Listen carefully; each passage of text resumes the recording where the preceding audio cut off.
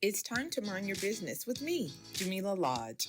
Tune in to find out how to mind your business with BEDC, special guest entrepreneurs, industry experts, and more. Brought to you by BEDC. Bermuda business starts here.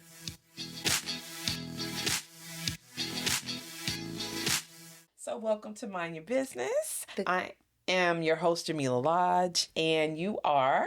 Antonia Holder. Yes, founder of Kids Digital Wellness and DigiRoo. Yes. I'm so excited to have you here. I'm delighted to be here. Thank you, Jamillah.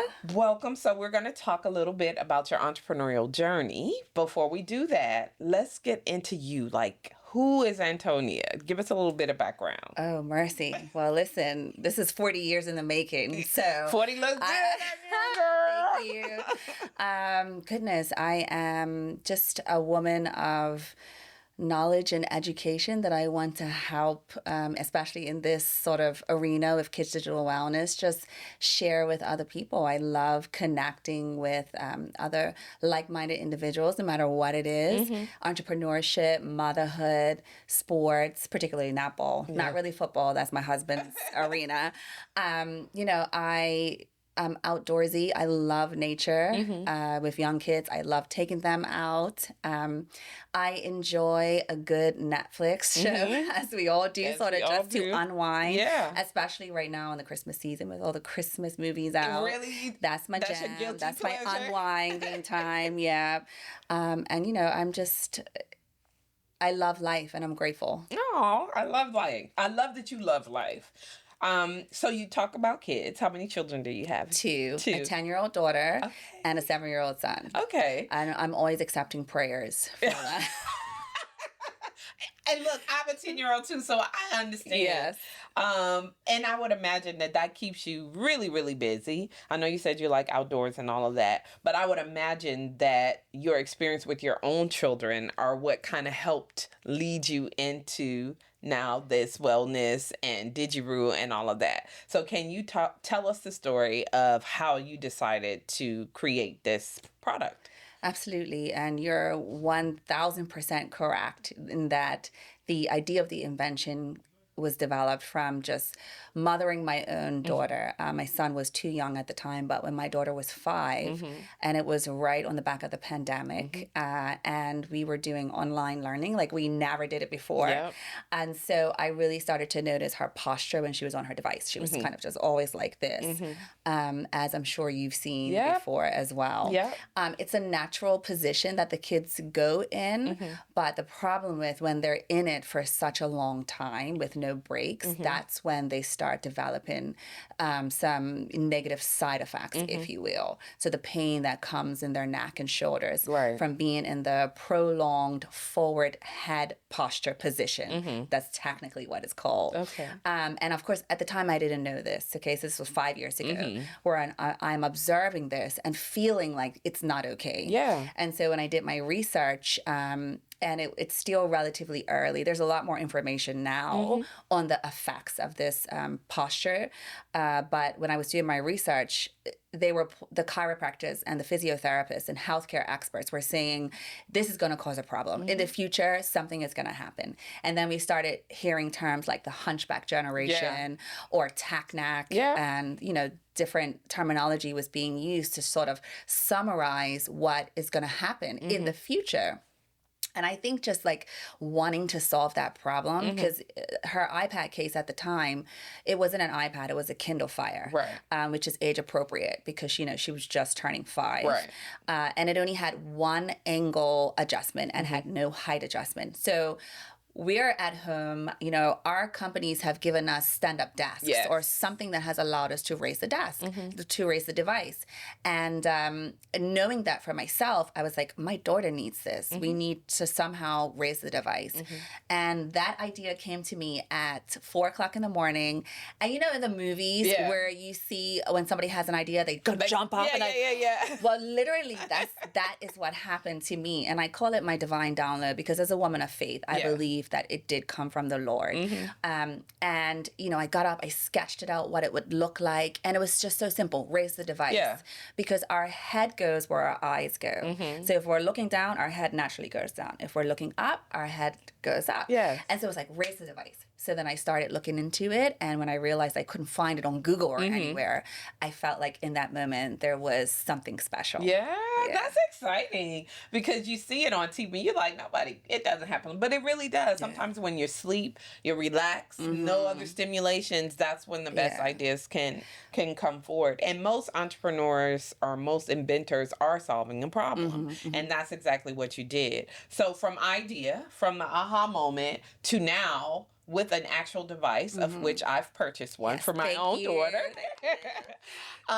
What was that process like? How long did it take? Well, the actual process from ideation, that very moment, into getting it on shelves was 3 years. Okay. And it is so much to unpack in what happens between that process. So, I had the idea. I bounced it off a very close-knit circle of friends to see if they, thought it could be something. I immediately grabbed a book by Lori Grainer. Okay. She's a shark. She's from Shark Tank. Yes. And it was like invent, sell, buy or something like that. Okay. And, I read that book immediately, like within months of the idea, after I did my Google search. And then she was talking about a patent and what was required. So then I looked into more about, the purpose of a patent. We hear now protect your IP. Yes. It's very important. Yes. And with something that did not exist, it was important for us to receive the patent or at least file for a patent. Right. Because in the U.S., you're protected based on the date of filing. Got you.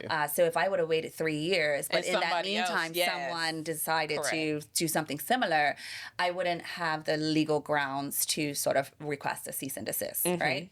So we did that. We hired a lawyer. The lawyer first has to determine that it is what's called a novel idea, which means it doesn't exist. So when we got that letter, I know you were so excited. I jumped up for joy because it wasn't on Google. Right. No one had heard about it before, but it was so, the idea of it, it's like a natural progression, like, because you would think it existed already. Right. You were like, surely I'm not alone in recognizing this is a problem. Yeah. But it didn't. And so we got the letter and then we moved forward with the patent filing, which took 2 years. Wow. It took 2 years.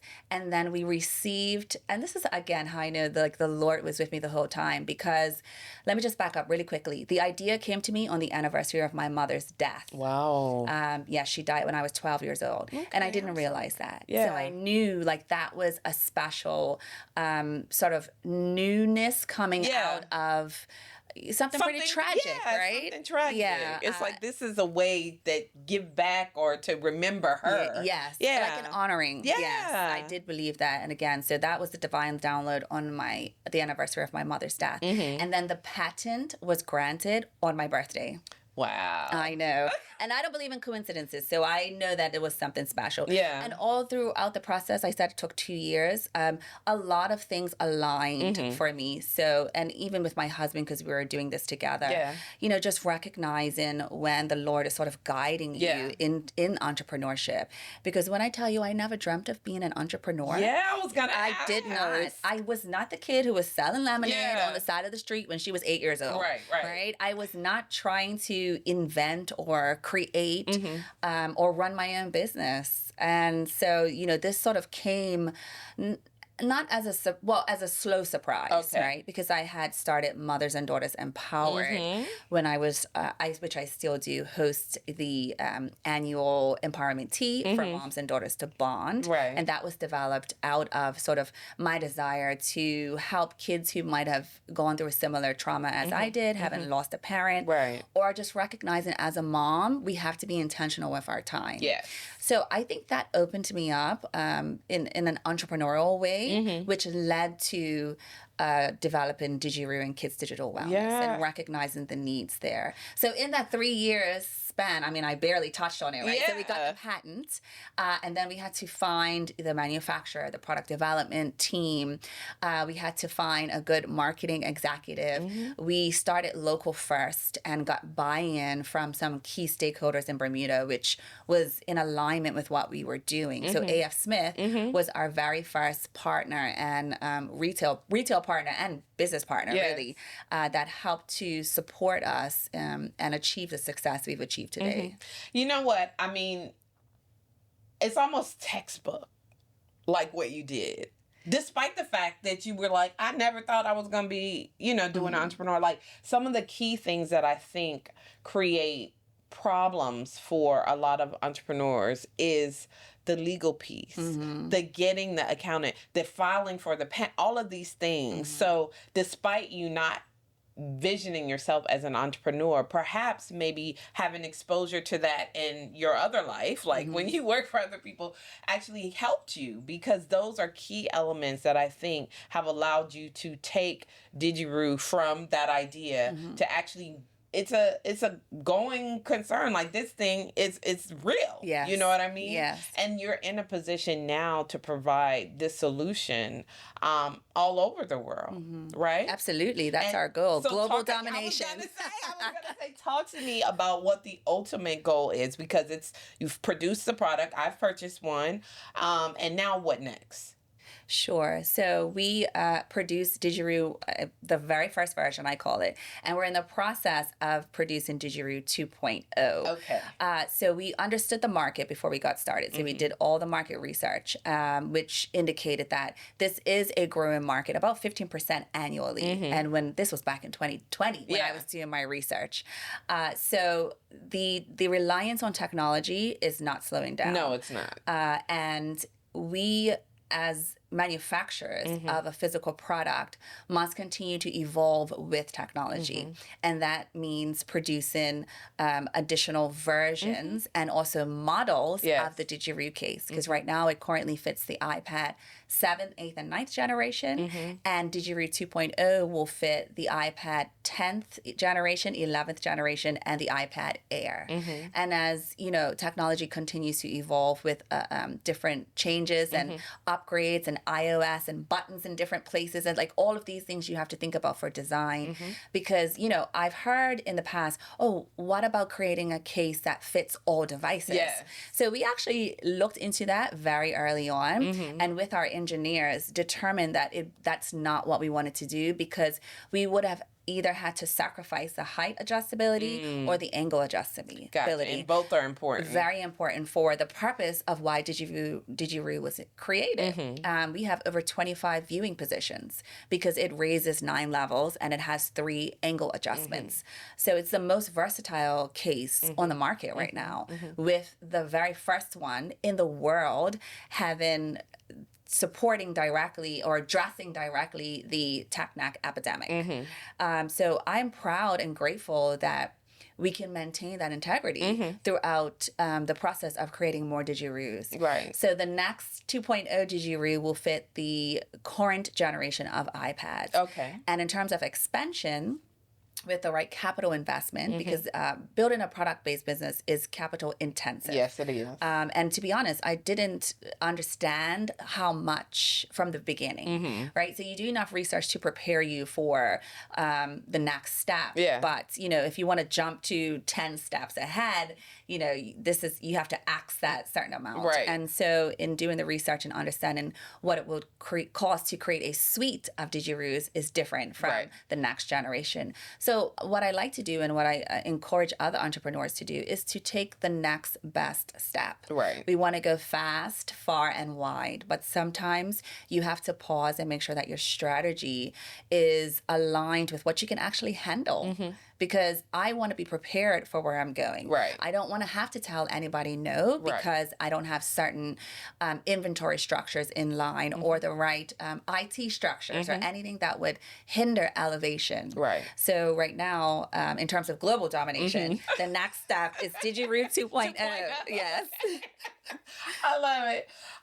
Again, that is this measured progress, right? Like you don't want to take on too much because, it might disrupt the whole thing. Yes. The whole thing might come falling down. Yes. And I'm like, hey, you read the book by Shark Tank. Maybe next step is Shark Tank, right? Did you get some investors? Listen, I looked into that. Yeah. And because they require at least a business partner that is 50%, who owns 50% of your business, that is a U.S. citizen. Got so you. We can't do Shark Tank, but we could do Lion's Den. Yeah. Which I am considering. Okay. Yes. Yes. What is it? Dragon's Den. Dragon's Den, excuse me. Yes, In the UK. yes. The UK version of That's it. right, yeah. Okay. Or just putting it out there, because sometimes you don't have to be on TV to get that investment. It could be an investor that you meet absolutely. You know what I mean? Yes. Out in the world, in the wild, as you will. Yeah. That your idea or your passion resonates with them, and they're like, yeah, what do you need to let's take this to the next level. So speaking about investment, so you recently participated in the Wave of Opportunity pitch competition and won. Yes. So talk to me a little about that experience and why. Because I mean, some people will look at you and be like, oh, well, she's arrived, right? She's in all these stores. She's gotten all these awards. She's been recognized. So why would you even pitch in a pitch competition? Sure. Well, a piece of advice I received early on was every person you talk to about your business, you're actually pitching to. And I never let that go. And so the opportunities that present themselves where I can talk about my business and I don't necessarily know. Right. You never know who that person knows, like you said. And so sort of with that mindset, I'll pitch everything. I'll pitch until the cows come home. And, it's because you never know how far that is so true. That seed will blow. Yeah. Like you think about a seed and you blow it and it disperses everywhere. You never know. I could have met somebody 2 years ago who might make an order tomorrow. Yes. Right. So the Wave of Opportunity competition was just the right timing for me in terms of the capital investment as well, but also in terms of the strategic investment that is offered as a part of being a winner.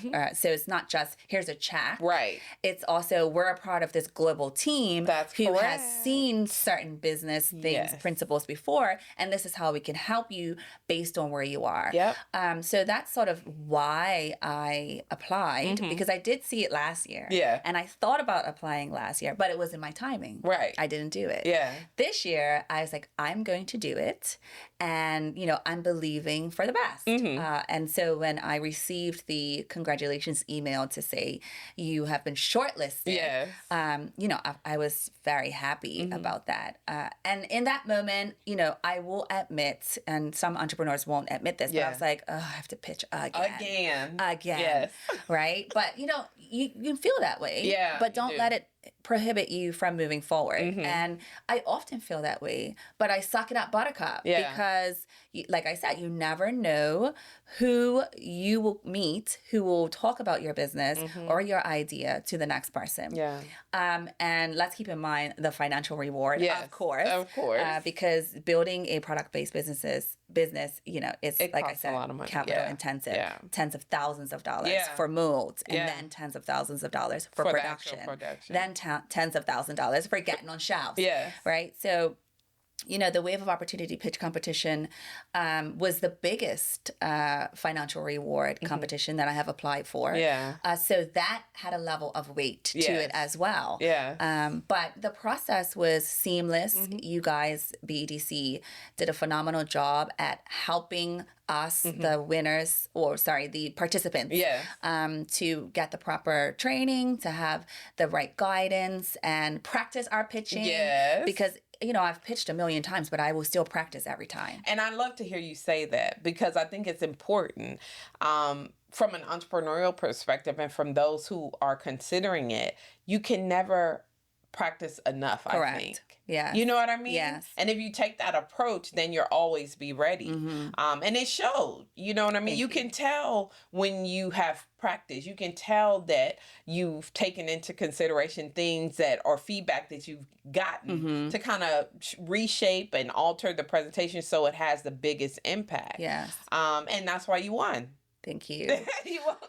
Thank you. I'd also like to add with pitching and competitions, even though I've done it quite a few times, not every single one is the same. That is true. So the coordinators and the facilitators of the competitions have certain requirements. And yes, you have a let's say a template of a pitch, but you must always be able to personalize it for the specific competition or investor.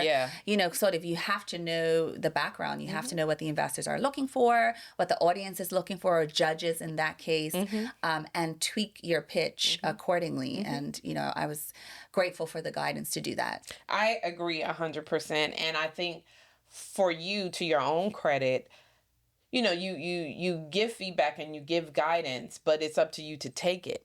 Mm-hmm. Some people are like, whatever she said. Yes, you yes, know what I yes. mean? I don't think so, so I'm going to do this. So I think it's also important to recognize that if people are giving you feedback, that it's okay to take it. Sometimes it's hard because you're baby, right? Yes. You know better than me because Yes. you did all the research, you spent the years. And so it can be difficult for some, I would say, to sit and hear somebody else critique them or their pitch or something like that and not take it personally. Right. Right? And I have experienced that. Yeah. Yeah, because, you know, this is my baby. Yes. I'm holding it really close. You literally thought about it, you birthed it, and then actually made it happen. So I can imagine that it can be difficult to do that. But at the same time, as entrepreneurs, we must remain humble, because there are blind spots because of our personal connection. Yes. There are blind spots to being able to see how you can improve, because I believe what I have is great. Yes. But I'm always willing to learn and, again, tweak it so that it could be even better. Yeah. And I don't know what I don't know. Right. There are so many. If I had to say that one more time, I'm now entered a phase of my business where, again, I still don't know something. Yeah. I'm self-teaching, or I'm seeking help from somebody who's done it before. And it's just been this cycle in this whole business from the very beginning. I had no idea about a patent. I had no idea about materials that will be required in your whole supply chain to make this product. And from the packaging was really important to me as well. When I ordered the kids' very first tablet case, it came in a plastic packaging. I didn't want that. Right. And it was also like flimsy. There was no thought in the end consumer, the parent or whomever, looking at this and seeing a quality, purposeful product. Yep. I mean, all of what you're saying speaks to why I think you have been so successful, because it's very thoughtful, the things that you're doing, and it goes back to the origin of why you went down this entrepreneurial journey in the first place. So I remember having a conversation with an entrepreneur, successful entrepreneur. I think it was Madam Awashika. She's been here for our Mary Prince conference, not ours, but Zion International's Mary Prince conference. And one of the things she said was, you have to be clear about what your personal kind of vision or mission is. Yeah. And if you can define what that is and stay true to it, then it makes the process of getting that feedback, makes the process of incorporating new things a lot easier, because you have this guiding kind of foundation principle set already, and everything else has to align with that. Yeah. And it sounds to me that you set that, and then that's how you're able to kind of navigate the growth of DigiRoo. So yes, thank you. I appreciate that. And can I just add to that? Sure. So this idea of what is success, yes, right? When you reach a certain milestone, you celebrate. That is success. But I want to challenge the thought of defining what success is, because personally, if I based my entrepreneurial success on the milestones that I have set, the ones that I didn't reach, I would say that I am unsuccessful. I see. Right? Yeah. But the success of your company, obviously you need sales, right? So profitability is key. Yes. But then also, what about the pivot when you don't reach a certain milestone, but then you accomplish greatness still? Right. Right? What does that look like? So for me, you know, constantly redefining my success is important, because, like you said, it could look like we have arrived. Yes. But we haven't. Yeah. You know, we have so far to go. We're right now trying to scale in the U.S. Right. I'm grateful for Bermuda. It's been wonderful, and the community has been great. But, you know, you can't rely on your friends, your best friends, your family members to carry your business, to buy your product. Like, that's a hard truth. You can't expect them to show up at every event that you invite them to. You got to find your audience. You have to find your customers and reach the multitudes. And, you know, tablet case market is $70 billion globally. That's just tablet cases. Right. And so we're targeting North America, which is, $76 million. Right. And even that has to be further divided. So when you talk about success and you really drill down into the nitty gritty of what is attainable, it has to be fluid, but the strategy has to align in a way that you can meet certain goals. Yes. Yes. Yep. Okay. Listen, you can hold a TED Talk. Not there yet. This is my personal experience. Yeah. No, but I think your personal experience is what makes it so relatable and digestible, right? Because you had to go through it, right? Yes. It's not someone speaking anecdotally about what you should do. This is your own lived experience, yes. which I think resonates with people in hearing it, So I'm excited for your future for DigiRoo. And I wanted to talk a little bit about the support system that you have, right? You mentioned your husband. And you mentioned the fact that you never thought that entrepreneurship was something that you were going to do. And then I know, as a married woman with children, that there's costs associated with it, and then there's life, and then you plan and all of that. And so entrepreneurship can kind of uproot that. So can you talk to me a little bit about, once you decided you were going to go on this entrepreneurial journey, what type of support did you have? What type of conversations were had to let you know that, okay, yeah, this is something that we could do. I'm going to support you. Can you talk about that a little bit? Sure. That's tough to unpack. Yes. Because I think when I was doing it, I didn't really know I was doing it, right? Because the conversations have to be in the now. Yes. And you try to plan in advance, but it could. So for me, and specifically my husband and my personal life, it looked like, okay, we have to have, let's say, this document completed in 6 weeks. Yes. I'm not going to be able to hang out or pick up the kids these days, or maybe I'm waking up at 5 o'clock in the morning until this deadline is met. So for you will now step in and manage the family responsibilities while I get this done. So sort of that's sort of what it looked like personally in the home, keeping the lines of communication open. Gotcha. It also, for me, I bounced everything off of my business partner and husband. And early on, we tried to say, okay, when we need to talk business, I'm going to say, I need my COO. Because that's his title. Yes. He brings the COO. So I would say something like right now, okay, COO speaking, this is what we need to do, right? And so that sort of created a line for when the conversation needed to switch from business to personal. Right. And, we kind of do that, and we still do that, really. So in community, having not been an entrepreneur before, developed a product, I knew I needed to be around people who have either done it or are doing it. So that's where like the BEDC came along in trying to get into programs that could help guide the strategy for what the next step should be. Because, how do you eat an elephant? Yes. One bite at a time. That's right. But when you see an elephant, you're intimidated because it's like, how am I going to handle this big, giant project? Yes. And so talking to people who have done it before is always very helpful. The Ignite program I also did as well. That was, instrumental. And then joining other communities, whether it's online or going to a conference, all of those sort of buckets of life, of help, kind of contributed to managing it all. And then, of course, I have my faith. So prayer is important to me. Continuing to keep the business rooted, in who gave it to me and the problem that I'm trying to help solve. Because it's not just about a product, right? I never started this to say, I'm going to make millions of dollars because I'm selling this product. Right. It really is, people need to know what could be the potential. This is the challenge. This is the blessing and the curse, right? Because I'm solving a future problem. And not everybody sees that as a problem right now. Right. So the educational component, which is where kids' digital wellness comes in, is that part of the business where it's saying, listen, you may not see it right now, but in 5, 8, 10 years, your child's spine could significantly be altered because of the forward head posture. Correct.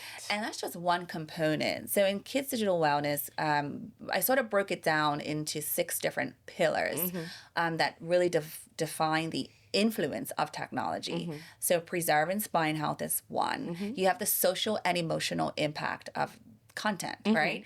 You have the actual physical device, what type of device should I give is appropriate for my child. You have, the shame component of it, because sometimes we don't even know that we're shaming other parents by what we say. Like what do you mean? So you let your kid watch TV past 10 o'clock, that is not okay. Right? Or we may say, oh, my kid doesn't get an iPad until she's 5, right? And the nerve of you for giving yours one. Right. And sometimes it's intentional and sometimes it's not. Yeah. But what I like to say, and it's the whole philosophy around what I do is, one of the pillars is it's a shame-free zone, because there are best practices, right? Yeah. Based on the research, based on the data, we are determining that these are the, let's call them, key ingredients that you should incorporate to attain a healthy digital wellness balance. And you kind of pick, choose, and refuse depending on what your family dynamics is like. In no way, shape, or form do I say, you need to do this. If you're not doing this, you're ruining your kid's life. You're wrong. Parents shouldn't do this. Right. In fact, I do think that we are doing our kids a disservice if we're not helping them integrate technology. Because whether they get it at home, they're going to get it in the schools. They're going to get it with their peers. The interest is going to grow, and technology is being introduced earlier. We have smart whiteboards now that the kids play on in reception years.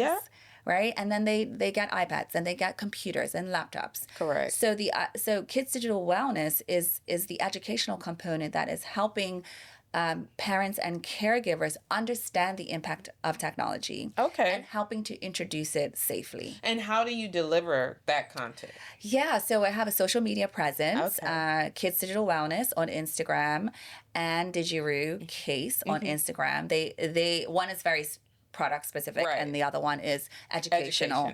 I also teach workshops for both students and parents, and I just kind of love sort of bringing it all together and helping us understand what is happening. Right. I mean, it makes sense, because if you don't know, you created a vehicle to help people understand why it's important and how they should get it. So if people are interested in, let's say, booking a workshop or booking a course or something like that, how would they do that? Yeah, my email address is Antonia@DigiRooCase.com. Okay. Which, I am actively in and out of my inbox. So I usually will get back to somebody within 24 hours. Okay. That's awesome. Listen, we are at 30 minutes. That went fast. It went fast. Yes, it did. But I love the story. You have given us a lot of information in that short amount of time.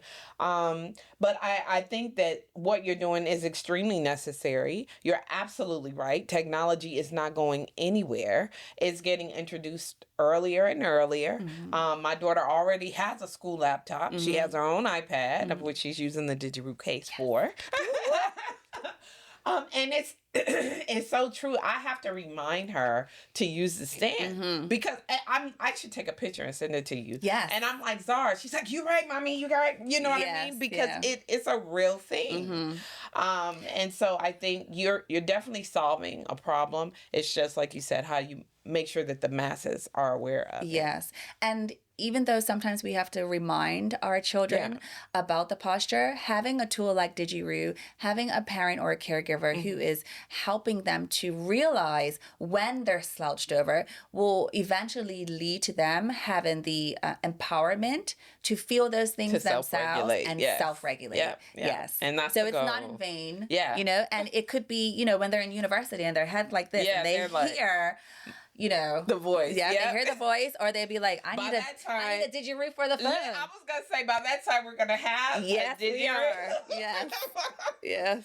Listen, it has been such a pleasure. It's Yes. always a pleasure, but I thank you for coming on to Mind Your Business and minding some of your business with us today. And I'll just remind you, if you don't mind your business, who will? I love that. I'm minding my business. You mind I your got business, to. honey. I love it. I love it. No, but thanks a lot. I really appreciate that. It was my pleasure. Yeah. And I really do hope someone is inspired by the story. And I'm always willing to help other entrepreneurs if they have questions, if they're trying to develop a product. I'd love to chat. So thank you for that. Yes. Yeah, you're going to get some emails. I'm okay with that. Send them. Yes. Thanks for tuning in to Mind Your Business with me, your host, Jamillah Lodge. Tune in next week, Thursday at 4 p.m. because if you don't mind your business, who will? Mind Your Business is brought to you by BEDC. Bermuda Business Starts Here.